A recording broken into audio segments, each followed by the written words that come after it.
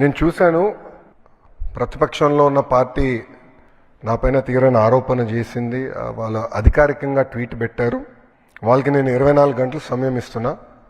2000 రూపాయలు నా బ్యాంక్ అకౌంట్కి వచ్చింది, నా జోబులోకి వచ్చిందని వాళ్ళు అంటున్నారు కనుక నిరూపించండి, లేదంటే ఆ స్టేట్మెంట్ విత్డ్రా చేయండి. ఈ రెండు చేయకపోతే చాలా తీవ్రమైన పరిణామాలు ఉంటాయి. లీగల్గా నేను దీనిపైన ముందరికి వెళ్ళాలని నిర్ణయించుకుంటాం జరిగింది. ఎందుకంటే ప్రజలు కూడా ఒకటి గుర్తుపెట్టుకోవాలి, వైకాపా పార్టీ అనేది ఒక అబద్ధాన్ని 100 సార్లు చెప్పి నిజం చేసేదానికి ప్రయత్నించే పార్టీ. 2019 ఎన్నికల్లో కరెక్ట్గా వాళ్ళ సొంత బాబాయిని వాళ్ళే చంపేసి ఏకంగా నింద మా నాయకుడు చంద్రబాబు నాయుడు గారి పైన ఆనాడు వేశారు. మేము ఆనాడు సమర్థవంతంగా తిప్పికొట్టలేకపోయాం కనుకనే ప్రజలు నమ్మారు. కానీ ఇప్పుడు చూడండి, చెల్లెలు చెప్తున్నారు ఏం జరిగిందో. సో అలా అబద్ధాలు చెప్పి ప్రజలు నమ్మించడానికి ప్రయత్నిస్తున్నారు. ఈ 2000 రూపాయలు నేను ఆ ట్వీట్ని నేను చదివాను. ఆ 2000 రూపాయలు నా జోబుకి వచ్చిందన్నారు. వాళ్ళు నిరూపించాలి, లేదంటే ఆ స్టేట్మెంట్ వెనక్కి తీసుకోవాలి, లేదంటే to the fullest extent of the law I will take action against them. రెండో విషయం వచ్చేగల, వాళ్ళు యూడైస్ డేటా గురించి మాట్లాడుతున్నారు. అంటే పాపం అక్కడున్న గతంలో పనిచేసిన విద్యాశాఖ మంత్రులు కనీసం బేసిక్స్ తెలీదు. యూడైస్లో అంగన్వాడీకి వెళ్తున్న పిల్లలు ఉంటారు, ఎల్కేజీకి వెళ్తున్న పిల్లలు ఉంటారు, యూకేజీకి వెళ్తున్న పిల్లలు ఉంటారు. ఈ స్కీమ్ వాళ్ళకి వర్తించదు. నంబర్ 1. నంబర్ 2, గత ప్రభుత్వం జీఈఆర్ గ్రాస్ ఎన్రోల్మెంట్ రేషియో చూపించేదానికి 18 సంవత్సరాల కన్నా ఎక్కువ వయసు ఉన్న వాళ్ళని తీసుకొచ్చి ఏకంగా ప్రభుత్వ పాఠశాలల్లో చదువుతున్నారని వాళ్ళని ఎన్రోల్ చేస్తాం జరిగింది. పక్క రాష్ట్రాల్లో చదువుతున్న పిల్లల్ని తీసుకొచ్చి ఆంధ్ర రాష్ట్రంలో చదువుతున్నారని చూపిస్తాం జరిగింది. విత్ ప్రూఫ్ నా దగ్గర ఉన్నాయన్నీ.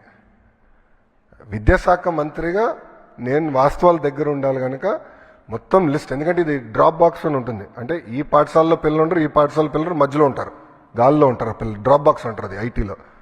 ఈ వాళ్ళ సిస్టంలో డ్రాప్ బాక్స్ ఉంటుంది. అక్కడ పెట్టేశారు. పిల్లలు ఎక్కడున్నారో మాకు తెలీదు. మొత్తం వెరిఫై చేస్తే దొంగ లెక్కలు ఉన్నాయని తేలిని. ఒక విద్యాశాఖ మంత్రికి అసలు ఎంతమంది పిల్లలు ప్రభుత్వ పాఠశాలలో చదువుతున్నారు తెలుసుకున్నాక నాకు 100 రోజులు పెట్టిందండి. 100 రోజులు పెట్టింది నాకు. అధికారులు అడిగితే సార్ మాకు నంబర్ క్లారిటీ లేదు సార్, గతంలో వీళ్ళు ఎట్లా నడిపించారో నాకు అర్థం అలా విద్యాశాఖ. అంటే ఏదో లెక్కలు ఉన్నాయి, ఏదో నంబర్లు ఉన్నాయని చెప్పి చేస్తాం కాదు. రెండోది, నిజంగానే వాళ్ళంత భావించుంటే వాళ్ళు ఎందుకు ఇవ్వలేదండి? అమ్మ ఒడి ఎందుకు ఇవ్వలేదు వాళ్ళు? ఈరోజు మేము ఇస్తున్నాం. అర్హులు ఎంతమంది ఉన్నారో వాళ్ళు ఇచ్చేదాకా మేము సిద్ధంగా ఉన్నాం. మొత్తం లిస్ట్ GSWS ముందర పెడతాను, బయట పెడతాను. లేదంటే ఎవరన్నా రాలేదనుకుంటే మన మిత్రకెళ్ళి ఎందుకు రాలేదో తెలుసుకోవచ్చు, కరెక్ట్ చేసిన మార్గం కూడా ఇస్తున్నాం. సో అర్హులు ఎంతమంది ఉన్నా ఇచ్చేదానికి కూటమి ప్రభుత్వం సిద్ధంగా ఉంది.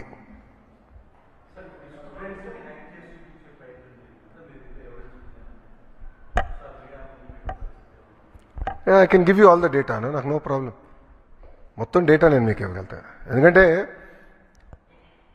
గతంలో విద్యాశాఖ మంత్రిగా పనిచేసిన వాళ్ళకి డిక్షనరీలో ఏముందో కూడా తెలియదు.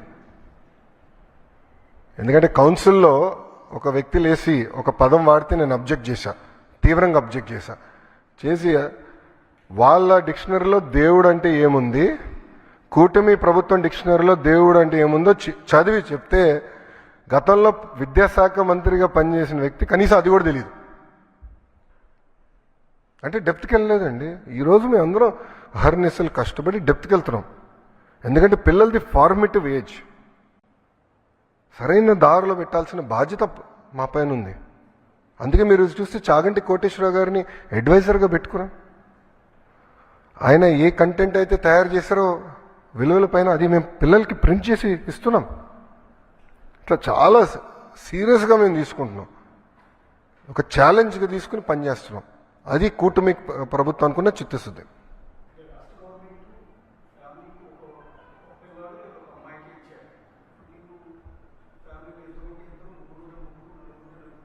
ఐదుగురు ఉంటే 5. ఎస్,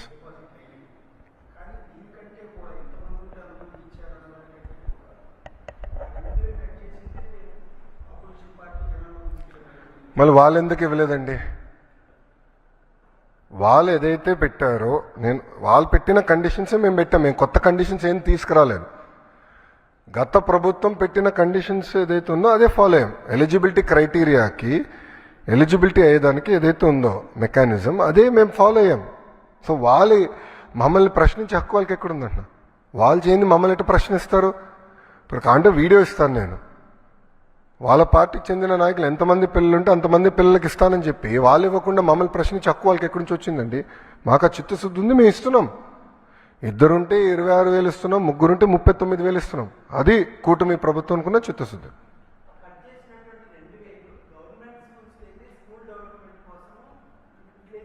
ఎస్, మ్యాక్సిమం లేరు స్వామి, ఐఎమ్ సారీ. నో, ప్రైవేట్ స్కూల్స్ని అభివృద్ధి చేసాక నేను ఇక్కడ లేను. ప్రభుత్వ పాఠశాలల్ని బలోపేతం చేసాక నేను ఇక్కడ ఉన్నా. ప్రభుత్వ విద్యని బలోపేతం చేసినాక నేను ఇక్కడ ఉన్నాను. ఆ డబ్బులు ప్రభుత్వ పాఠశాలలకే ఖర్చు పెడతాము. మళ్ళీ ఇప్పుడు తల్లికి వందనం పేరిట తల్లులందరికీ కూడా వంచన చేస్తా ఉన్నాడు. తల్లికి వందనం పేరిట తల్లులందరినీ కూడా వంచిస్తా ఉన్నాడు. ప్రతి విద్యార్థికి 15,000 రూపాయలు చొప్పున ఇస్తానన్నాడు. ఈ పథకానికి ఎలాంటి షరతులు పెట్టబోనని ఎన్నికల్లో పదే చంద్రబాబు చెప్పినాడు. టింగులు లేవు. ఒక్కొక్కరికి 15,000 రూపాయలు చొప్పున మా ఆడబిడ్డలందరికీ నేను మాటిస్తున్నాను. చంద్రబాబు నాయుడు అన్న మాటలు ఏమన్నాడు అప్పట్లో? ఆయన అన్న మాటలు అయ్యి యూడిఐఎస్సి ఫిగర్స్ ఒకసారి చూద్దామా? ఒకసారి UDISC figures, unified data information system on education. UDISC అంటే unified district information system on education. Unified district information system on education. ఇది కలెక్టర్లు అప్లోడ్ చేస్తారు. సెంట్రల్ గవర్నమెంట్ వెబ్సైట్ ఇది. సెంట్రల్ గవర్నమెంట్ వెబ్సైట్లో కలెక్టర్లు ఇది అప్లోడ్ చేస్తారు. Unified district information systems on education ఇది యూడిఐఎస్సి. దీంట్లో ఏమని రాసినారు? 2023-24 డేటా 87,41,885 పిల్లలు. మరి 87,41,885 పిల్లలకు ఎలాంటి ఆంక్షలు లేవు, ఎలాంటి కట్టింగులు లేవు. ఎంతమంది ఉంటే అంతమందికి 15,000 అని చెప్పి ఇంతకుముందు చంద్రబాబు నాయుడు గారు అన్న మాటలు మనం అంతా చూసినాం. ఇవన్నీ కూడా చూసిన నేపథ్యంలో 87,41,885 మంది పిల్లలకు 15,000 రూపాయలు చొప్పున ఇవ్వాలంటే 13,111 కోట్ల రూపాయలు కావాలి. మరి నేను అడుగుతా ఉన్నా, 13,111 కోట్ల రూపాయలు ఇవ్వాల్సిన చోట ఇప్పుడు ఇస్తానంటున్నది కేవలం 8,700 కోట్లు అంటున్నారు. నాకు అది కూడా డౌటే. ఇస్తానంటున్నాడు, అది లాస్ట్కి చివరికి వచ్చేసరికి ఏ మేరకు ఇస్తాడో అది కూడా చూడాలా. కానీ ఇస్తానంటున్న అమౌంటే 8,700 కోట్లు. చివరికి అందరికీ ఇచ్చిన తర్వాత కానీ తెలియదు ఎంతమందికి ఇచ్చాడో, ఎంతమందికి ఇంకా ఎగనామం పెట్టాడు అన్న సంగతి. అంటే దాదాపుగా 30 లక్షల మందికి కోత. మరి 30 లక్షల మందికి మేము కోత పెడతా ఉన్నారు చంద్రబాబు గారు అని చెప్పి మేము గట్టిగా నిలదీస్తే వెంటనే ప్లేటు మార్చి ఏమంటాడు? 15 కాదు 13 ఇచ్చేది, 15 కాదు 13 ఇచ్చేది, 67 లక్షల మందికి ఇస్తా ఉన్నామని చెప్పి మళ్ళీ ప్లేటు మార్చినాడు. మళ్ళా ప్లేటు మార్చి ఏమంటాడు? 67 కూడా కాదు, ప్రస్తుతానికి 54 లక్షలకే ఇస్తా ఉన్నామని అంటున్నాడు. అంటే ఎన్నికలప్పుడు నీకు 15,000, నీకు 15,000, నీకు 15,000, నీకు 15,000 అన్నది పోయింది. అది పక్కకు పోయి ఇప్పుడేం మిగిలింది? నీకు సంగతి పక్కన పెడితే కొందరికి మాత్రమే 13,000 అన్నది ఇప్పుడు తేలింది. నీకు అన్న మాట పక్కన పెడితే కొందరికి మాత్రమే 13,000 అని ఇప్పుడు తేలింది. మరి ఇది మోసం కాదా చంద్రబాబు అని అడుగుతాను. ఈ మోసాన్ని ప్రశ్నిస్తే ఏమంటాడు? మీ నాలుక మందము అని బెదిరింపు. ఇంకా ఎవరైనా అడిగితే కేసులు పెడతాడంటాడు, తప్పుడు కేసులు అంటాడు, తప్పుడు కేసులు పెడతానంటాడు, నాలుక మందం అని బెదిరింపులు. ఈ 13,000 ఒకవైపున ఈ ఉన్న పథకాన్ని భ్రష్టు పట్టిస్తూ మేము అప్పట్లో ప్రతి తల్లికి ఇచ్చినాం. ప్రతి తల్లికి అమ్మఒడి అని పేరు పెట్టి తల్లులకు మోటివేషన్ కింద మా పథకాన్ని ప్రవేశపెట్టినాం. పిల్లలను బడులకు పంపించండి, బడులకు పంపించినందుకు తల్లులకు మోటివేషన్ ఇస్తూ అమ్మఒడి అని మేము పథకాన్ని తీసుకొచ్చినాం అప్పట్లో. 43 లక్షల మంది తల్లులకు రాష్ట్రంలో ఉన్న ప్రతి తల్లికి ఇచ్చి 43 లక్షల మంది తల్లులకు ఇచ్చి పిల్లలను మోటివేట్ చేస్తూ 84 లక్షల మంది పిల్లలను 84 లక్షల మంది పైచులకు పిల్లలను బడుల బాట పట్టించను. ఇప్పుడు ఒకవైపున సిన్సియారిటీ లేకుండా మోటివేషన్ కార్యక్రమాన్ని భ్రష్టు పట్టించడం ఒకవైపున చేస్తూ మరోవైపున ప్రభుత్వ విద్యారంగాన్ని భ్రష్టు పట్టించాడు చంద్రబాబు నాయుడు. మా ప్రభుత్వ హయాంలో తీసుకొచ్చిన సంస్కరణలన్నీ కూడా నాశనం చేశాడు. మా ప్రభుత్వ హయాంలో తీసుకొచ్చిన ఇంగ్లీష్ మీడియం బడులు పోయాయి, 3వ తరగతి నుంచే టోఫుల్ చెప్పే పీరియడ్లు పోయాయి, 3వ తరగతి నుంచే సబ్జెక్ట్ టీచర్ కాన్సెప్ట్ పోయింది, రోజుకొక రుచికరమైన మెనూతో చిక్కీతో సహా ఇచ్చే గోరుముద్ద పోయింది, నాడు నేడు పనులాగిపోయాయి. ఇంగ్లీష్ మీడియము సిబిఎస్ఈ నుంచి ఐబీ దాకా ప్రయాణం ఆగిపోయింది. 8వ తరగతి పిల్లలకు చేతుల్లో ట్యాబులు కనిపించేటివి మా ప్రభుత్వ హయాంలో, అది ఆగిపోయింది.